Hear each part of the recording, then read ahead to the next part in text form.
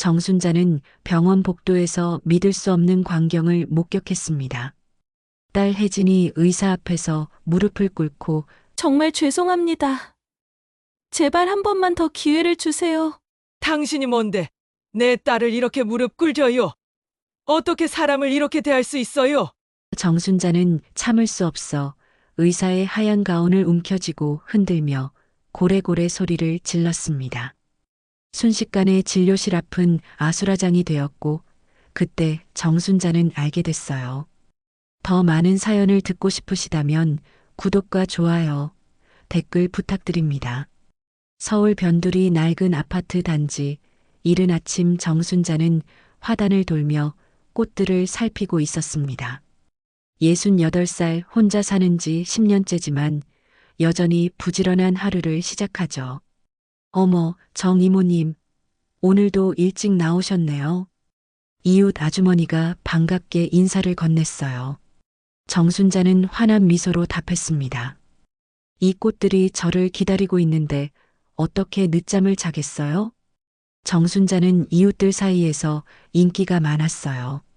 맛있는 반찬을 만들면 먼저 나눠주고 힘든 일이 생기면 발벗고 나서는 그런 사람이었거든요. 하지만 집에 혼자 돌아오면 마음 한편이 텅 비어 있는 느낌을 지울 수 없었습니다. 특히 딸 혜진 생각을 할 때면 더욱 그랬어요. 혜진은 대학병원 간호사입니다. 3년 전 이혼한 후 12살 아들 준호를 혼자 키우며 살고 있죠. 정순자는 딸이 걱정되어 자주 연락을 취했지만 혜진의 반응은 늘 차갑기만 했어요. 이틀 전에도 그랬습니다. 혜진아, 엄마가 준호 돌봐줄 테니까 집에 와서 같이 살자. 내가 야근하는 날 준호 혼자 두고 가면 얼마나 위험해. 엄마, 저희는 괜찮아요. 제발 간섭하지 마세요. 혜진의 목소리에는 짜증이 섞여 있었어요. 간섭이 아니라 걱정해서 그러는 거야. 요즘 사건 사고도 많고 아이 혼자 두면. 엄마, 제가 엄마 나이도 아니고 제 일은 제가 알아서 해요. 너무 피곤하니까 나중에 전화 드릴게요. 뚝 전화가 끊어졌습니다. 정순자는 수화기를 들고 한참을 멍하니 있었어요.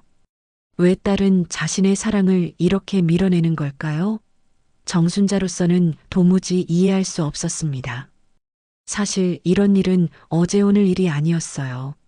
혜진이 어릴 때부터 정순자는 딸이 잘 되기를 바라는 마음에 이런저런 조언을 해왔거든요. 혜진아, 그 친구랑은 너무 자주 어울리지 마. 공부에 방해될 것 같아. 대학은 무조건 서울로 와야 해. 지방 대학 나오면 취업할 때 불리하잖아. 간호사가 되면 평생 일할 수 있으니까 안정적이야. 혜진이 간호사가 된 후에도 마찬가지였습니다. 병원 일이 힘들지 않니? 동료들과는 잘 지내고? 월급은 얼마나 받니? 요즘 물가 오르는데 생활비는 충분해? 결혼할 때도 이혼할 때도 정순자는 자신의 의견을 강하게 표현했어요. 그 남자 집안 배경은 어떤지 알아봤니? 이혼이 그렇게 쉬운 일이야? 준호 생각은 했어? 아버지 없이 자라면 아이가 얼마나 힘들겠어. 하지만 혜진은 정순자의 모든 조언을 간섭으로 받아들였고 점점 거리를 두기 시작했습니다. 전화도 뜸해지고 집에 오는 것도 명절에나 잠깐씩이었어요. 정순자는 그런 딸이 서운했지만 자신이 왜 그런 반응을 받는지는 깊이 생각해 보지 않았어요.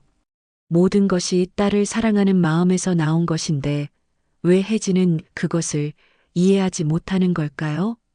오늘도 정순자는 휴대전화를 만지작거리며 혜진에게 전화를 걸어볼까 망설였습니다. 하지만 또 차가운 목소리를 듣게 될까봐 결국 포기했어요. 저녁 시간 혼자 밥상을 차려놓고 앉으니 더욱 적적했습니다. 텔레비전에서는 3대가 함께 모여 웃고 떠드는 광고가 나오고 있었어요. 정순자는 리모컨으로 채널을 돌렸지만 어느 프로그램을 봐도 마음이 편치 않았습니다. 내가 뭘 그렇게 잘못했다고. 정순자는 빈 그릇들을 정리하며 혼잣말을 중얼거렸어요. 딸을 향한 사랑이 왜 이렇게 무거운 짐이 되어버린 걸까요? 그런데 바로 그때 정순자의 마음속에 한 가지 생각이 스쳤습니다. 언제부터인가 혜진이 전화 통화를 할 때마다 목소리가 많이 지쳐 보였다는 것이었어요. 단순히 일이 힘들어서일까요? 아니면 다른 무엇인가가 있는 걸까요? 정순자는 문득 불안한 마음이 들었습니다. 혹시 딸에게 무슨 일이 생긴 건 아닐까요? 하지만 혜진은 자신에게 어떤 이야기도 하지 않았어요. 어머니인 자신도 모르는 딸의 비밀이 있다는 생각에 정순자의 가슴이 답답해졌습니다. 아이고, 이런 생각은 왜 하는 거야? 정순자는 고개를 저으며 부엌으로 향했어요. 하지만 마음 한편의 불안감을 떨쳐낼 수는 없었습니다. 왠지 모르게 딸에게 큰 일이 생길 것 같은 예감이 들었거든요. 다음 날 아침 정순자는 평소보다 더 일찍 잠에서 깼습니다. 어젯밤 내내 혜진 꿈을 꾸었어요. 꿈속에서 혜진은 울고 있었는데 정순자가 아무리 달려가도 딸에게 닿을 수가 없었습니다. 참 이상한 꿈이네. 정순자는 중얼거리며 일어났지만 마음속 불안감은 더욱 커져만 갔어요. 오늘은 꼭 혜진에게 연락을 해봐야겠다고 다짐했습니다. 그런데 정순자는 아직 몰랐어요.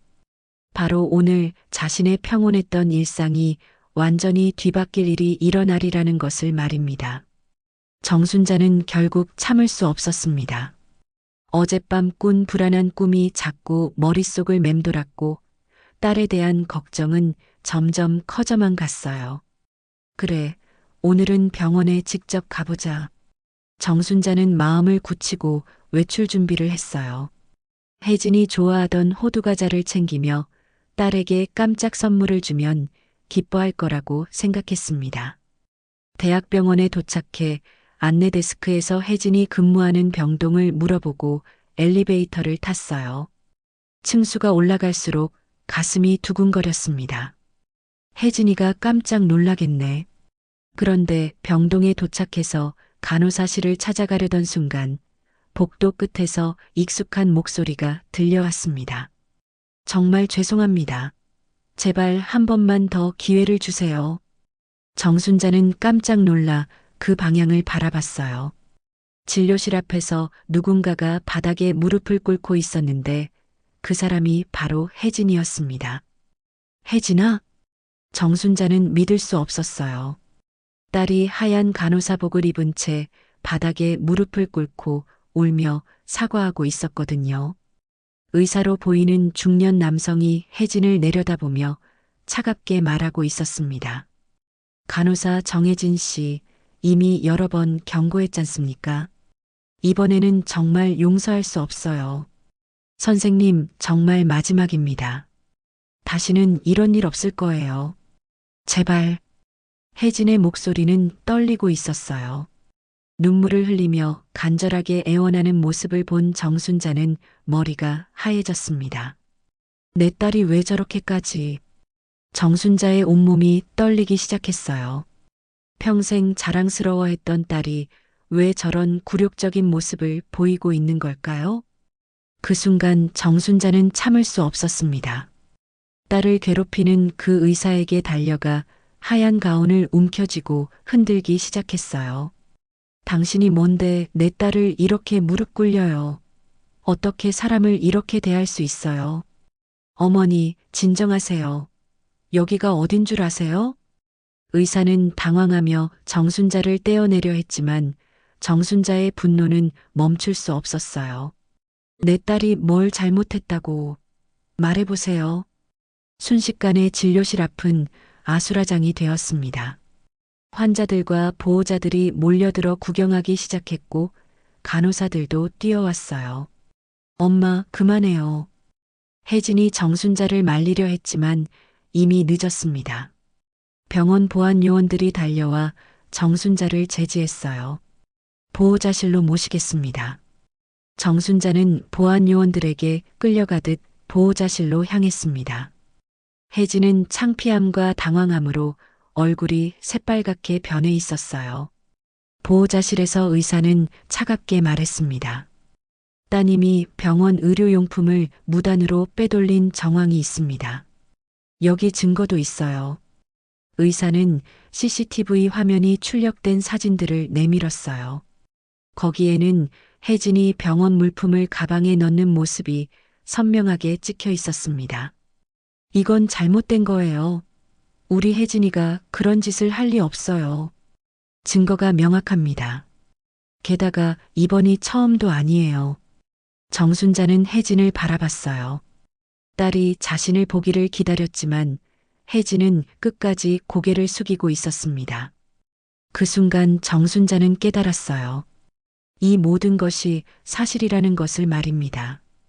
혜진아, 이게 정말이야? 정순자의 목소리는 떨리고 있었어요. 혜진은 여전히 대답하지 않았습니다. 병원 측에서는 이번 일을 경찰에 신고할 예정입니다. 하지만 마지막으로 한 번 더 기회를 드리죠. 손해배상 300만 원을 하시고 조용히 사직하신다면 선처해 드릴 수 있어요. 300만 원이요? 정순자는 현기증이 났어요. 돈보다도 딸이 도둑질을 했다는 사실이 더 충격적이었습니다. 내일까지 답변을 주시면 됩니다. 의사가 나간 후 진료실에는 무거운 침묵이 흘렀어요. 정순자가 조심스럽게 딸을 불렀습니다.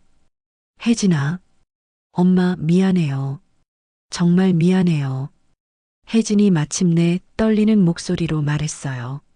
왜 그런 짓을 했어? 대체 무슨 일이 있었던 거야? 말할 수 없어요. 엄마한테는 말할 수 없어요. 혜진의 목소리에는 절망이 배어 있었어요. 정순자는 딸을 끌어안고 싶었지만 어떻게 해야 할지 몰랐습니다. 병원을 나오는 길, 두 사람은 말없이 걸었어요. 정순자의 머릿속은 복잡했습니다. 평생 자랑스러워했던 딸이 이런 일을 저질렀다는 사실이 믿어지지 않았거든요. 지하철역에 도착했을 때 혜진이 처음으로 입을 열었습니다. 엄마, 오늘 일은 아무에게도 말하지 마세요. 특히 준호한테는 절대. 혜진아, 엄마한테 솔직하게 말해줘. 도대체 무슨 일이 있었던 거야? 하지만 혜진은 대답 대신 돌아서서 계단을 올라갔어요. 정순자는 그런 딸의 뒷모습을 바라보며 가슴이 미어지는 것 같았습니다. 집으로 돌아온 정순자는 소파에 주저앉았어요. 오늘 본 모든 것이 악몽 같았지만 분명한 현실이었습니다. 딸이 무릎 꿇고 울던 모습, 도둑질 증거 사진, 그리고 말할 수 없다며 고개 숙이던 혜진의 모습이 계속 머릿속을 맴돌았어요. 도대체 내 딸에게 무슨 일이 일어난 거지? 정순자는 두 손으로 얼굴을 감쌌습니다. 이제 진실을 알아내야 했어요. 딸이 왜 그런 선택을 할 수밖에 없었는지, 무엇이 혜진을 그렇게 만들었는지 반드시 찾아내야 했습니다. 정순자는 그날 밤 한잠도 잘 수 없었습니다. 딸이 무릎 꿇고 울던 모습이 계속 눈에 밟혔고 도대체 무슨 일이 있었는지 알고 싶어 미칠 것 같았어요. 새벽이 되자 정순자는 결심했습니다. 혜진이 말하지 않는다면 자신이 직접 알아내야 한다고 말이에요. 정순자는 혜진의 친구 수미에게 전화를 걸었습니다. 수미야, 혜진이 요즘 어떻게 지내니? 엄마가 보기엔 많이 힘들어 보이던데. 아, 이모님. 혜진 언니 정말 많이 힘들어해요. 하지만 제가 말씀드려도 될지. 무슨 일인지 엄마한테 말해줘. 정말 걱정돼서. 수미는 잠시 망설이다가 조심스럽게 입을 열었어요. 사실 언니가 돈 때문에 많이 고생하고 있어요. 이혼하고 나서 혼자 감당하기가 너무 힘들다고 하더라고요. 그리고 빚이 좀 있어요. 빚이요? 정순자는 깜짝 놀랐어요. 정확히는 모르겠지만 꽤 많이 되는 것 같아요. 언니가 스트레스를 엄청 받더라고요. 전화를 끊은 후 정순자는 바로 혜진의 집으로 향했습니다. 평소라면 미리 연락했겠지만 오늘은 그럴 수 없었어요. 혜진의 집 앞에 도착하니 낯선 남자 2명이 서 있었습니다.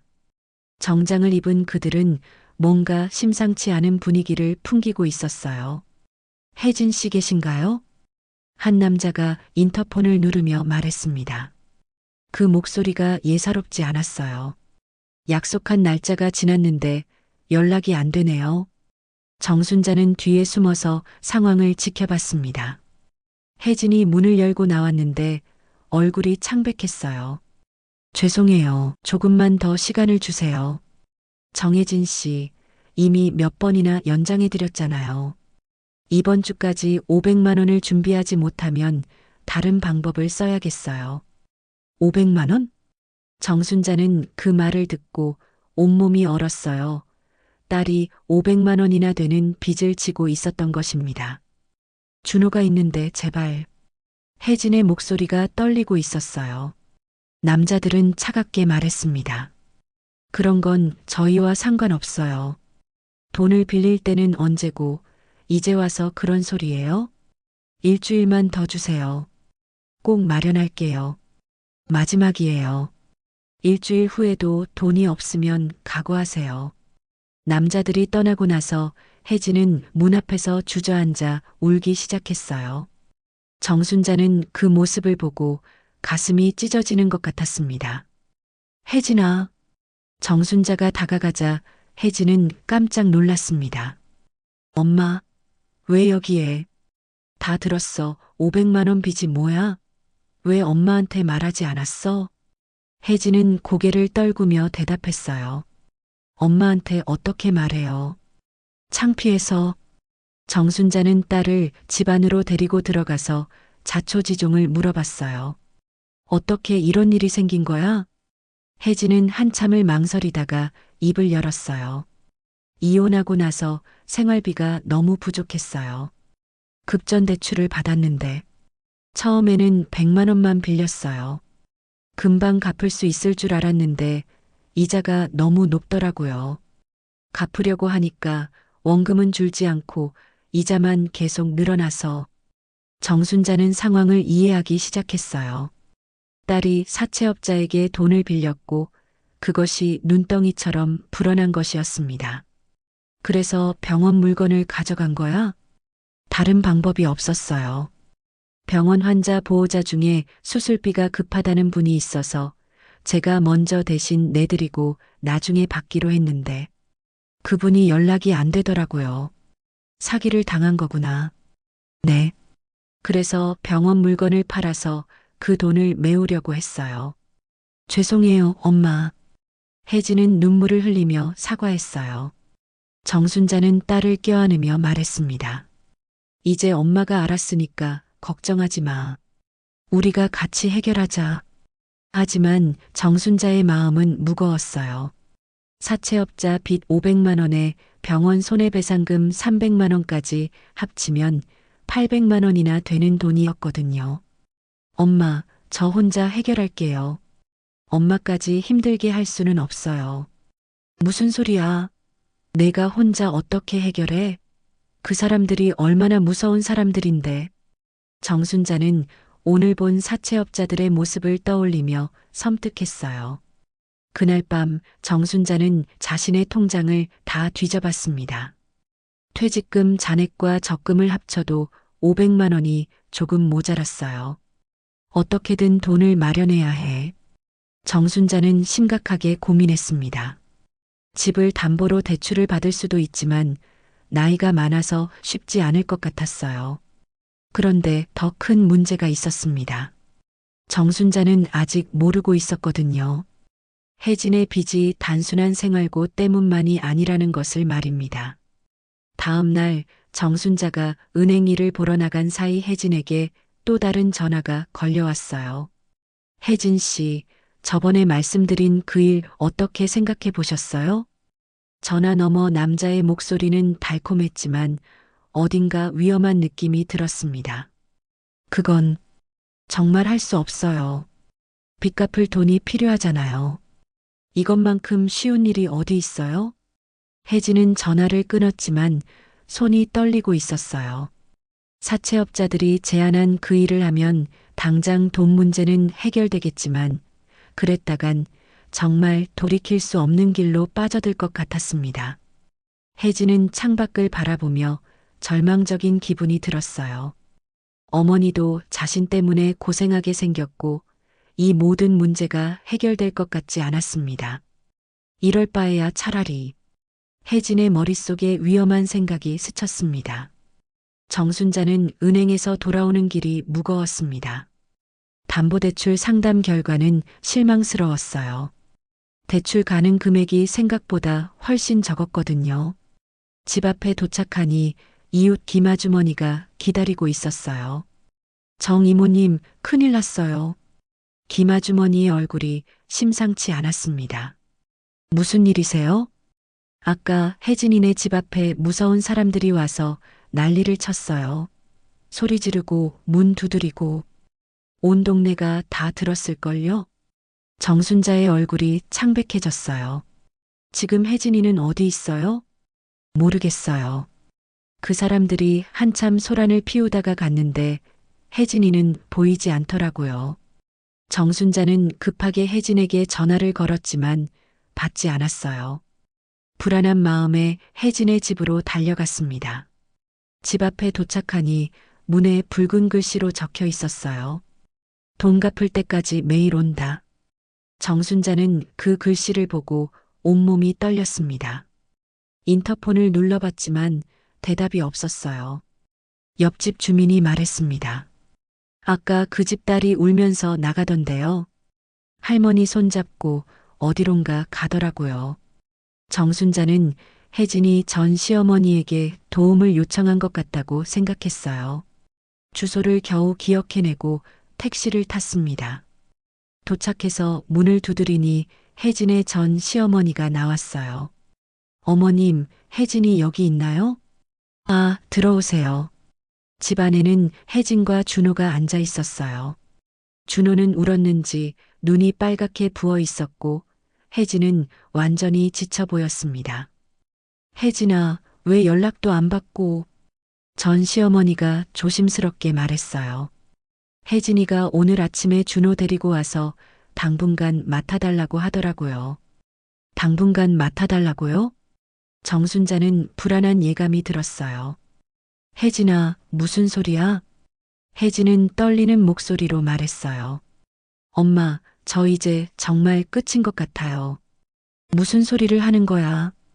오늘 아침에 또 그 사람들이 왔어요. 이번엔 문을 부수겠다고 하고 준호까지 위협했어요. 준호가 갑자기 울음을 터뜨렸어요.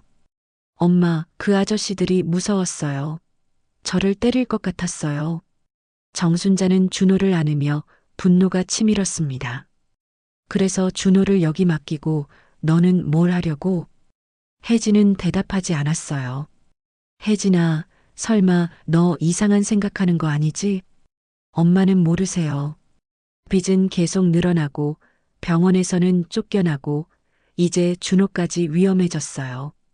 그렇다고 포기할 수는 없어. 그때 혜진의 휴대전화가 울렸어요. 모르는 번호였습니다. 받지 마. 정순자가 말했지만 혜진은 전화를 받았어요. 네, 알겠어요. 오늘 밤에 연락드릴게요. 전화를 끊고 나서 혜진이 말했어요. 엄마, 제가 할 수 있는 일이 하나 있어요. 무슨 일? 말하기 어려운 일이에요. 하지만 이것만 하면 빚을 다 갚을 수 있어요. 정순자는 직감적으로 위험한 일이라는 것을 알았어요. 절대 안 돼. 무슨 일인지 몰라도 절대 하면 안 돼. 엄마, 다른 방법이 없어요. 있을 거야. 엄마가 찾아줄게.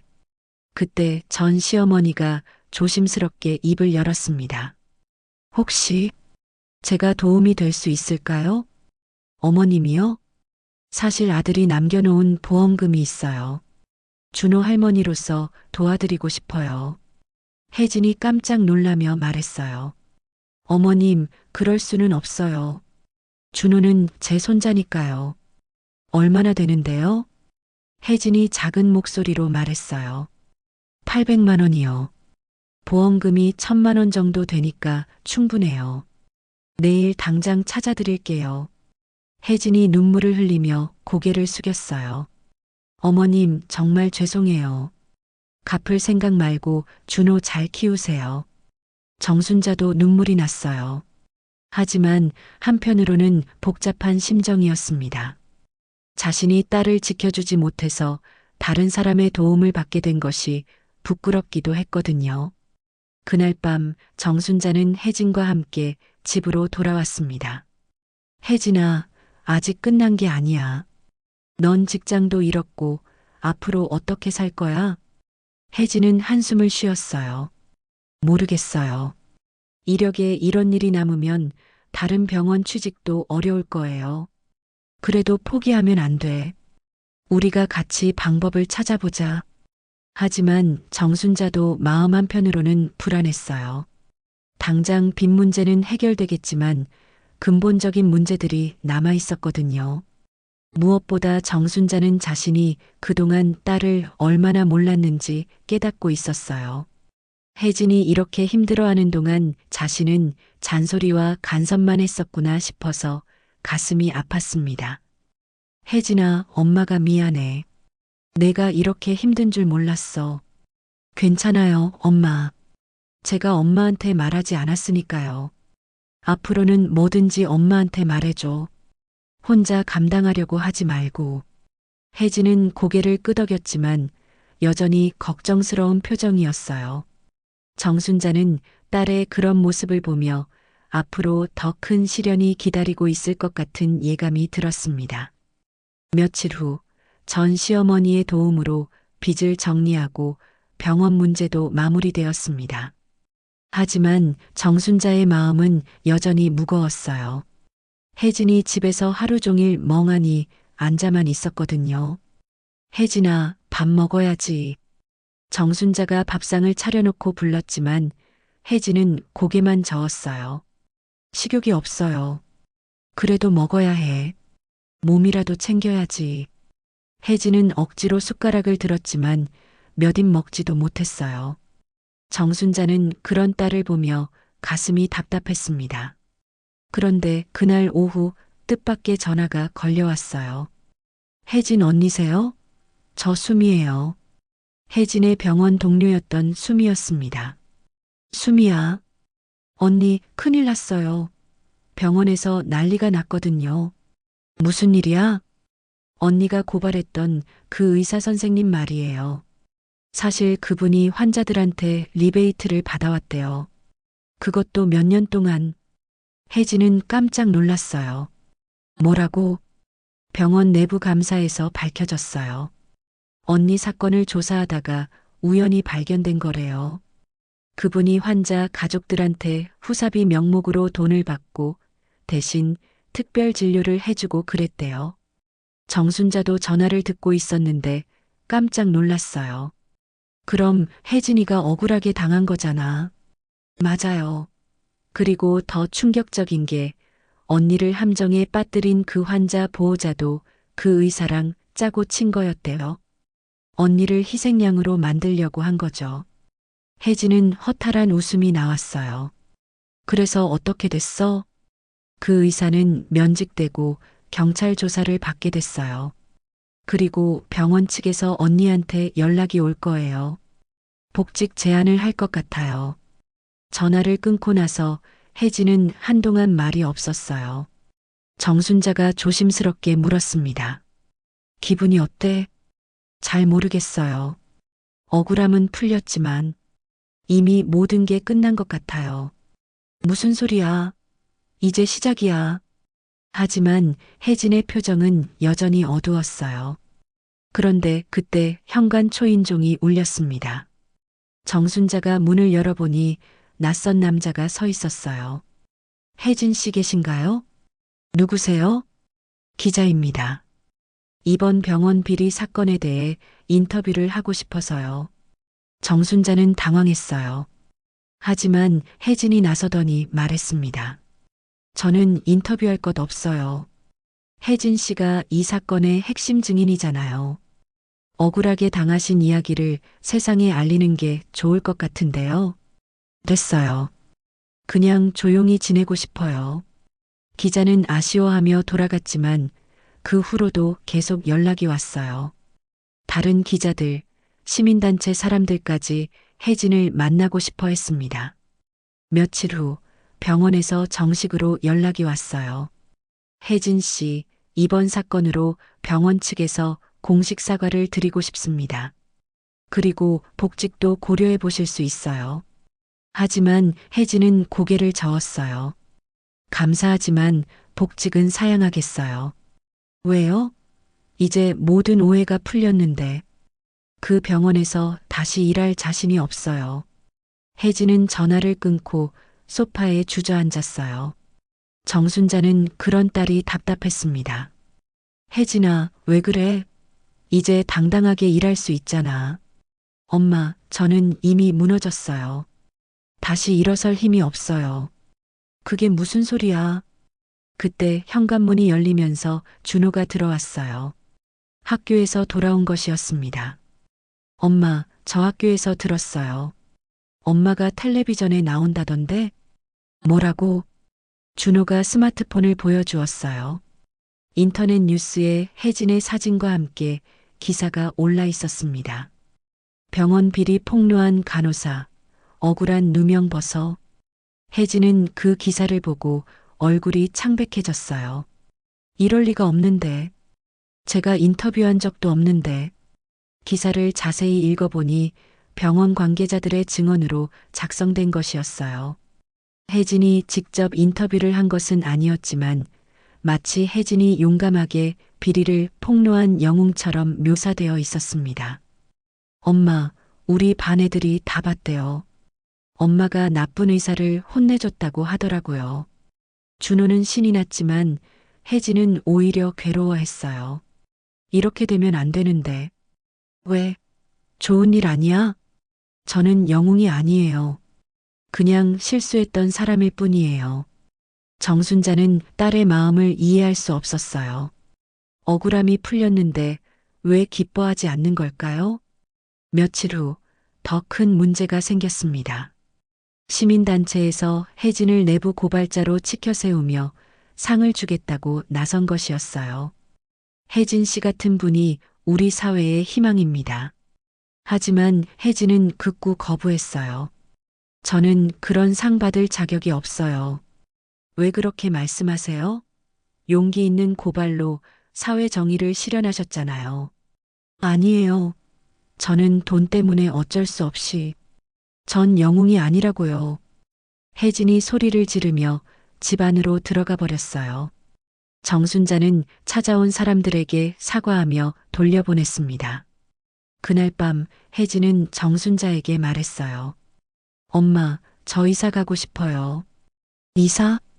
여기 있으면 계속 이런 일이 생길 것 같아요. 조용한 곳에서 새롭게 시작하고 싶어요. 정순자는 고민이 되었어요. 딸이 새로운 시작을 원한다면 도와줘야 하지만 한편으로는 도망치는 것 같아서 마음이 아팠습니다. 혜진아, 도망치는 게 답이 아니야. 전 도망치는 게 아니라 새 출발하는 거예요. 그럼 일은 어떻게 할 거야? 작은 병원이나 의원에서 일하면 되죠. 꼭 대학병원에서 일할 필요는 없잖아요. 정순자는 딸의 결심이 단단해 보이는 것을 느꼈어요. 하지만 과연 이것이 옳은 선택일까 하는 의구심이 들었습니다. 그런데 바로 그때 정순자도 예상하지 못한 더 큰 시련이 기다리고 있었어요. 혜진이 이사를 준비하던 어느 날 저녁 정순자에게 예상치 못한 전화가 걸려왔습니다. 정순자 씨 맞으신가요? 병원 측 변호사입니다. 낯선 남자의 목소리였어요. 무슨 일이신데요? 전화로는 말씀드리기 어려운 내용이라서요. 내일 오후에 뵙겠습니다. 변호사는 일방적으로 통화를 끝냈어요. 정순자는 불안한 마음에 혜진에게 말했습니다. 혜진아, 병원 변호사가 내일 온다는데 무슨 일일까? 다음 날 오후 2명의 변호사가 찾아왔습니다. 그들은 정중하지만 차가운 표정이었어요. 새로운 문제가 생겼습니다. 혜진 씨의 병원 물품 절도 사건 말인데요. 그건 이미 해결된 일 아니에요? 병고사가 두툼한 파일을 꺼냈어요. 병원 내부 감사 결과 더 심각한 사실이 밝혀졌습니다. 혜진 씨가 훔친 의료용품의 규모가 처음 파악한 것보다 훨씬 큽니다. 정순자의 얼굴이 굳어졌어요. CCTV를 정밀 분석한 결과 지난 6개월 동안 지속적으로 물품을 반출한 정황이 있어요. 총 피해액이 2천만 원을 넘습니다. 그건 그럴 리 없어요. 변호사가 CCTV 사진들을 보여주었어요. 거기에는 혜진이 여러 날에 걸쳐 물건을 가져가는 모습이 찍혀 있었습니다. 그때 혜진이 나와서 사진들을 보더니 주저앉았어요. 이건 그때 상황이 복잡한 상황이라고 해서 절도가 정당화되는 건 아니죠. 병원 측에서는 형사 고발을 할 예정입니다. 형사 고발이요? 정순자는 현기증이 났어요. 2천만 원이 넘는 절도는 중범죄입니다. 실형까지 가능한 사안이에요. 혜진이 떨리는 목소리로 말했어요. 제가 다 갚을게요. 돈으로 해결하면 안 될까요? 이미 언론에 알려진 사안이라 병원에서도 원칙대로 처리하겠다고 했어요. 변호사가 또 다른 서류를 꺼냈어요. 다만 한 가지 방법이 있긴 합니다. 뭔가요? 혜진 씨가 언론 인터뷰에서 진실을 밝히시면 됩니다. 진실을?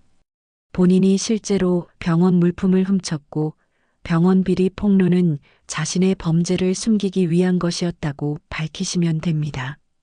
정순자는 믿을 수 없었어요. 우리 딸을 거짓말쟁이로 만들겠다는 거예요? 사실이잖아요. 혜진 씨는 실제로 절도를 저질렀고 그것이 발각되자 다른 사람에게 책임을 전가하려 했어요. 혜진이 울먹이며 말했어요. 그건 아니에요. 저는 정말로 그 의사의 비리를 알고 있었어요.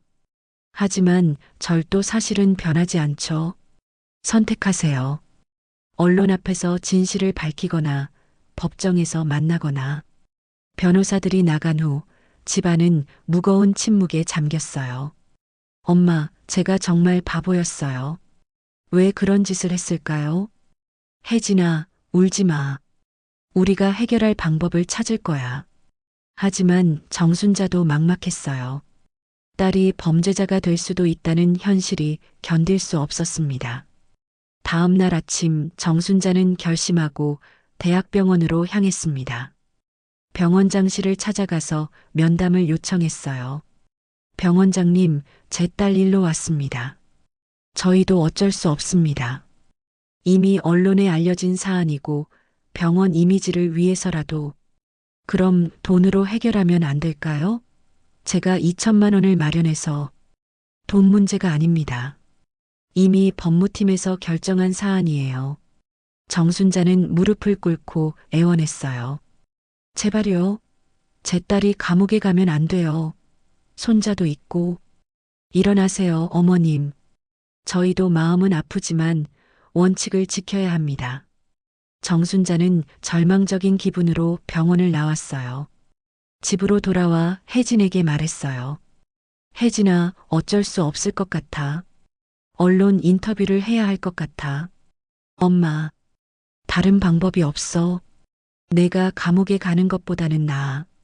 그런데 그날 밤 혜진이 정순자에게 충격적인 말을 했어요. 엄마, 저 그냥 사라지고 싶어요. 뭐라고? 이렇게 사는 게 무슨 의미가 있어요? 준호한테도 부끄럽고 엄마한테도 죄송하고. 정순자는 딸의 표정을 보고 소름이 돋았어요. 혜진의 눈에서 삶에 대한 의지가 사라져가고 있었거든요. 혜진아, 그런 소리 하지 마. 엄마, 저 없으면 모든 게 평화로워질 거예요. 준호도 할머니가 잘 키워주실 테고. 안 돼. 절대 그런 생각하지 마. 정순자는 딸을 꼭 안았어요. 하지만 혜진의 몸은 차갑기만 했습니다. 그날 밤 정순자는 잠을 이룰 수 없었어요.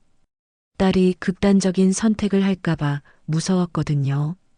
이제 정말 마지막 선택의 순간이 다가온 것 같았습니다. 정순자는 마침내 깨달았어요. 지금까지 자신이 딸을 구하려고 했던 모든 노력이 소용없었다는 것을 말입니다. 이제는 정말로 용기를 내서 마지막 결단을 내려야 할 때였어요. 그 다음 날 아침 정순자는 혜진이 침실에서 나오지 않는 것을 발견했습니다. 문을 두드려도 대답이 없었어요. 혜진아, 혜진아. 정순자는 문을 열고 들어갔는데 혜진이 침대에 누워 멍하니 천장만 바라보고 있었어요. 혜진아, 밥 먹어야지. 엄마, 저 오늘 언론사에 전화할게요. 혜진의 목소리는 체념한 듯 들렸어요. 뭐라고? 병원에서 원하는 대로 할게요. 제가 거짓말쟁이라고 비리 폭로는 제 범죄를 숨기려던 거라고 말할게요. 정순자는 가슴이 찢어지는 것 같았어요. 혜진아, 그러면 안 돼. 이게 최선이에요. 이렇게라도 해야 감옥은 안 가잖아요. 그때 현관 초인종이 울렸습니다. 정순자가 문을 열어보니 혜진과 함께 일했던 동료 간호사 수미가 서 있었어요. 이모님, 혜진 언니 어떻게 지내요? 수미야, 들어와. 수미는 혜진의 방으로 들어가더니 깜짝 놀랐어요. 언니, 왜 이렇게 됐어요? 혜진이 수미에게 모든 상황을 설명했어요. 추가 절도 혐의와 언론 인터뷰 강요까지 말입니다. 그건 말이 안 돼요. 언니는 정말로 그 의사 비리를 알고 있었잖아요. 하지만 제가 실제로 물건을 훔친 것도 사실이야. 그래도 그렇지. 이건 너무 불공평해요. 수미는 화가 나서 소리쳤어요. 언니, 포기하면 안 돼요. 제가 도와드릴게요. 수미야, 고마운데 이미 늦었어. 아니에요. 제가 증인이 될 수 있어요. 언니가 그 의사 비리에 대해 진작부터 이야기했던 거 저도 들었거든요. 정순자는 수미의 말에 희망을 느꼈어요. 수미야, 정말이야? 네. 언니가 몇 달 전부터 그 의사가 환자 가족들한테 돈 받는다고 의심한다고 했어요. 증거를 찾고 있다고도 했고요. 혜진이 고개를 들었어요. 하지만 그걸 어떻게 증명해? 언니가 보낸 문자 메시지들이 남아있어요. 그 의사 의심된다고 보낸 거 말이에요. 수미가 휴대전화를 꺼내서 보여주었어요. 거기에는 혜진이 몇 달 전에 보낸 문자들이 있었습니다. 수미야, 오늘도 그 의사가 환자 보호자랑 따로 만나더라. 뭔가 수상해. 리베이트 받는 거 아닐까? 나중에 증거 잡으면 신고해야겠어. 정순자는 그 문자들을 보고 깜짝 놀랐어요. 혜진아, 내가 진짜 미리 알고 있었구나. 하지만 이것만으로는 부족할 거예요.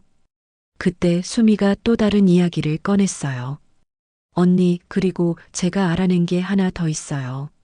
병원에서 지금 언니를 함정에 빠뜨리려는 이유가 따로 있어요. 뭔데? 그 의사가 병원 이사장 친척이래요. 그래서 병원에서 이 사건을 조용히 덮으려고 언니를 희생양으로 만들려는 거예요. 정순자는 분노가 치밀었어요. 그럼 우리 혜진이가 완전히 당한 거잖아. 맞아요. 이건 절대 가만히 넘어가면 안 돼요. 수미의 말을 들은 정순자는 결심했어요. 혜진아, 엄마가 나서겠어. 엄마, 뭘 하시려고요? 기자들 앞에서 진실을 말할 거야. 병원이 어떻게 우리를 속였는지, 내가 얼마나 억울한지 다 폭로할 거야. 엄마, 위험해요. 병원에서 가만히 있지 않을 거예요. 그래도 해야 해. 엄마가 내 무릎 꿇는 걸 봤을 때부터 각오했어. 정순자는 즉시 행동에 나섰어요. 먼저 혜진 사건을 다뤘던 기자에게 전화를 걸었습니다. 기자님, 혜진이 어머니입니다. 중요한 이야기가 있어서 연락드려요. 네, 무슨 일이세요? 병원에서 우리 딸을 함정에 빠뜨리려고 해요. 인터뷰 한번 해주실 수 있나요? 기자는 즉시 관심을 보였어요. 자세한 이야기 들려주세요. 정순자는 병원 변호사들이 한말과 혜진을 희생양으로 만들려는 음모에 대해 모두 설명했어요. 정말이라면 큰 기사가 되겠는데요. 증거는 있으신가요? 네, 다 있어요. 다음 날 정순자는 기자와 만나기로 했어요. 혜진은 걱정했지만 정순자의 결심은 단단했습니다. 엄마, 정말 괜찮을까요? 괜찮을 거야. 엄마를 믿어. 인터뷰 당일 정순자는 카메라 앞에 섰어요. 처음에는 떨렸지만 딸을 생각하니 용기가 났습니다. 제 딸 혜진이는 영웅이 아닙니다. 하지만 거짓말쟁이는 더더욱 아니에요. 정순자는 차근차근 진실을 말했어요. 혜진이 미리 의사 비리를 의심했던 증거들, 병원이 어떻게 혜진을 함정에 빠뜨렸는지, 그리고 지금도 어떻게 협박하고 있는지까지 모든 것을 폭로했습니다. 제 딸이 물건을 가져간 건 맞아요. 하지만 그건 절박한 상황에서 어쩔 수 없이 한 일이고 비리 폭로와는 전혀 다른 문제예요. 정순자의 목소리는 떨렸지만 힘이 있었어요. 병원에서는 제 딸더러 거짓말을 하라고 해요. 자신이 거짓말쟁이라고 인정하라고 해요. 하지만 저는 그럴 수 없어요. 그리고 마지막에 정순자는 눈물을 흘리며 말했어요. 제가 병원 앞에서 무릎 꿇은 건 부끄러운 일이 아니에요. 그 순간 저는 엄마로서 딸을 지키려고 했던 거예요. 그리고 지금도 마찬가지예요. 인터뷰가 끝나고 집으로 돌아온 정순자를 혜진이 안았어요. 엄마 고마워요. 정말 고마워요. 이제 시작이야, 혜진아. 우리가 이길 거야. 하지만 정순자는 몰랐어요.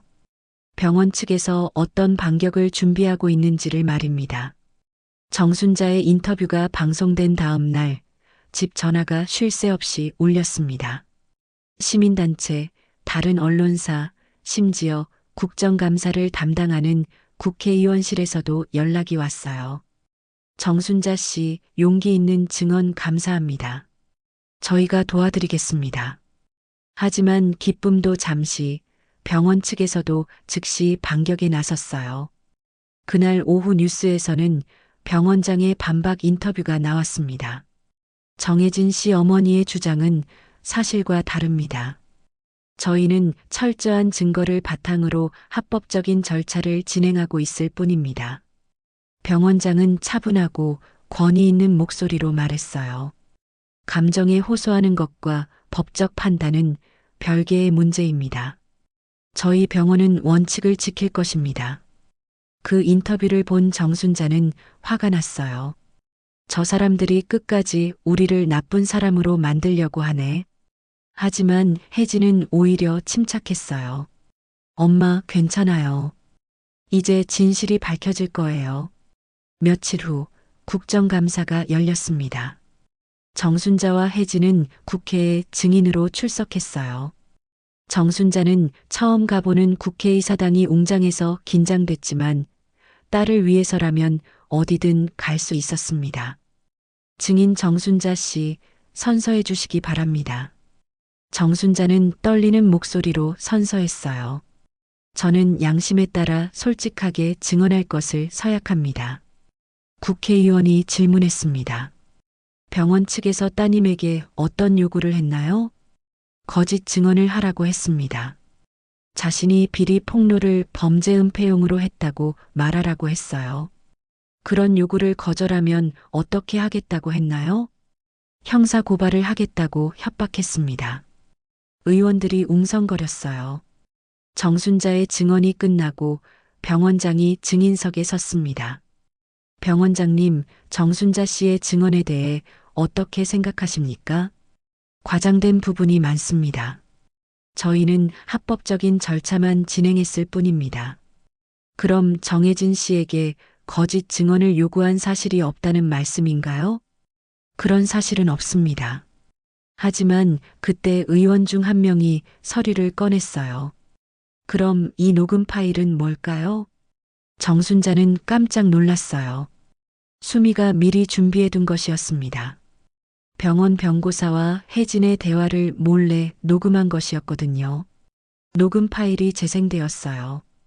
본인이 실제로 병원 물품을 훔쳤고 병원 비리 폭로는 자신의 범죄를 숨기기 위한 것이었다고 밝히시면 됩니다. 국정감사장이 술렁거렸어요. 병원장의 얼굴이 창백해졌습니다. 이것은 불법 녹음입니다. 불법 녹음이든 아니든 병원 측에서 거짓 증언을 요구한 것은 명백한 사실 아닌가요? 병원장은 대답하지 못했어요. 그 후 상황이 급변했습니다. 검찰에서 병원 전체에 대한 수사에 착수했고 언론에서도 병원의 조직적 은폐 시도에 대해 대대적으로 보도했어요. 일주일 후 병원에서 정순자에게 연락이 왔습니다. 어머님, 병원장이 직접 뵙고 싶다고 합니다. 정순자와 혜진이 병원에 갔을 때 병원장은 완전히 달라진 모습이었어요. 정말 죄송했습니다. 병원장이 깊이 고개를 숙였어요. 법무팀의 과도한 처리로 인해 상처를 드렸습니다. 지금 와서 사과가 무슨 소용이에요? 정순자는 여전히 화가 나 있었어요. 혜진 씨의 모든 혐의를 취하하겠습니다. 그리고 명예회복을 위해 최선을 다하겠어요. 그것만으로는 부족해요. 무엇을 원하시는지 말씀해 주세요. 혜진이 조용히 말했어요. 저는 다시 이 병원에서 일하고 싶지 않아요. 대신 다른 병원에서 일할 수 있도록 추천서를 써주세요. 물론입니다. 최고의 추천서를 써드리겠어요. 몇 달 후 혜진은 작은 지역 병원에서 새로운 시작을 하게 되었어요. 대학병원만큼 화려하지는 않았지만 진심으로 환자를 돌볼 수 있는 곳이었습니다. 정순자는 혜진의 새로운 직장 첫 출근 날 함께 갔어요. 혜진아, 이제 정말 새 출발이네. 네, 엄마. 이번에는 정말 열심히 할게요. 혜진의 얼굴에 오랜만에 밝은 표정이 떠올랐어요. 엄마, 그동안 정말 고마웠어요. 엄마가 아니었다면 저는 정말 끝이었을 거예요. 뭘 고마워해. 엄마 당연한 일한 거야. 엄마가 병원 앞에서 무릎 꿇으셨을 때 전 정말 부끄러웠어요. 하지만 나중에 생각해보니 그게 얼마나 큰 사랑인지 알겠더라고요. 정순자도 눈물이 났어요. 엄마도 미안했어. 그동안 내 마음을 몰라줘서. 이제 우리 진짜 가족이 된 것 같아요. 그날 저녁 정순자의 집에서는 오랜만에 가족이 모두 모였어요. 혜진과 준호, 그리고 혜진의 전 시어머니까지 함께 저녁을 먹었습니다. 할머니, 엄마가 이제 새로운 병원에서 일해요. 준호가 신이 나서 말했어요. 그래, 우리 혜진이가 정말 대견해. 전 시어머니도 환하게 웃으며 말했어요. 정순자는 이 모든 사람들을 바라보며 마음이 따뜻해졌어요. 비록 힘든 시간이었지만 그 덕분에 진정한 가족의 의미를 깨달았거든요. 혜진아, 앞으로는 힘든 일 있으면 꼭 엄마한테 말해. 네, 엄마. 이제는 혼자 견디려고 하지 않을게요. 그리고 엄마도 앞으로는 잔소리보다는 내 이야기를 들어줄게. 두 사람은 서로를 바라보며 웃었어요. 이제 정말로 새로운 시작이었습니다. 정순자는 깨달았어요. 자신이 딸을 위해 무릎 꿇은 것이 부끄러운 일이 아니라 엄마로서 다시 태어나는 순간이었다는 것을 말입니다. 더 많은 사연을 듣고 싶으시다면 구독과 좋아요, 댓글 부탁드립니다.